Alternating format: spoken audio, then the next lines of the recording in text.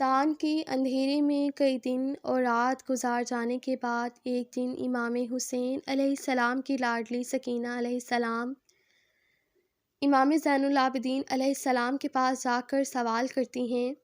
جناب سکینہ سلام اللہ علیہا کہتی ہیں، بھائی سجاد، آپ امام وقت ہیں اور امام وقت ہر علم سے آراستہ ہوتا ہے۔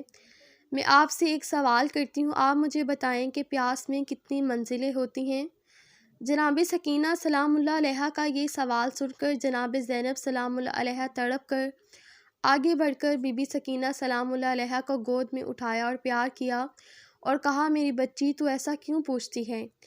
امام سجاد علیہ السلام نے کہا، پھپھی، اماں سکینہ نے یہ سوال اپنے وقت کے امام سے کیا ہے اور مجھ پر لازم ہے کہ میں اس سوال کا جواب دوں۔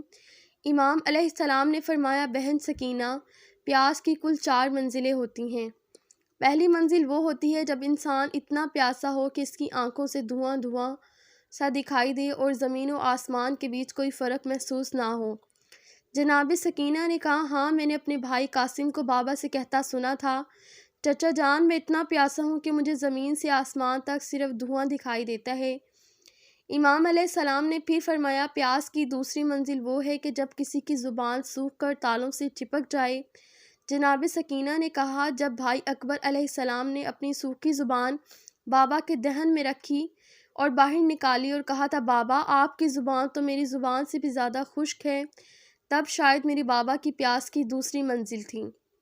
امام علیہ السلام نے پھر فرمایا، پیاس کی تیسری منزل وہ ہے جب کسی مچھلی کو پانی سے باہر نکال کر ریت پر ڈال دیا جاتا ہے اور وہ مچھلی کچھ دیر تڑپنے کے بعد بالکل ساکت ہو کر اپنا منہ بار بار کھولتی اور بند کرتی ہے۔ جناب سکینہ سلام اللہ نے کہا، ہاں، جب بابا نے میرے بھائی علی اصغر کو کربلا کی جلتی ریت پر لٹا دیا تو اصغر علیہ السلام بھی ویسے ہی تڑپنے کے بعد ساکت سا تھا اور اپنے منہ کھولتا اور بند کرتا تھا۔ شاید میرا بھائی علی اصغر علیہ السلام اس وقت پیاس کی تیسری منزل میں تھا۔ امام نے پھر فرمایا، پیاس کی چوتھی اور آخری منزل وہ ہے جب انسان کے جسم کی نمی بالکل ختم ہو جاتی ہے اور اس کا گوشت ہڈیوں کو چھوڑ دیتا ہے اور پھر انسان کی موت ہو جاتی ہے۔ اتنا سن کر جناب سکینہ نے اپنے ہاتھوں کو امام کے آگے کیا اور کہا، بھائی سجاد، میں شاید پیاس کی آخری منزل میں ہوں۔ میرے جسم کے گوشت نے ہڈیوں کا ساتھ چھوڑ دیا ہے اور میں عنقریب اپنے بابا کے پاس جانے والی ہوں۔ بی بی سکینہ سلام اللہ کے یہ الفاظ سن کر قید خانے میں کوہرام برپا ہو گیا۔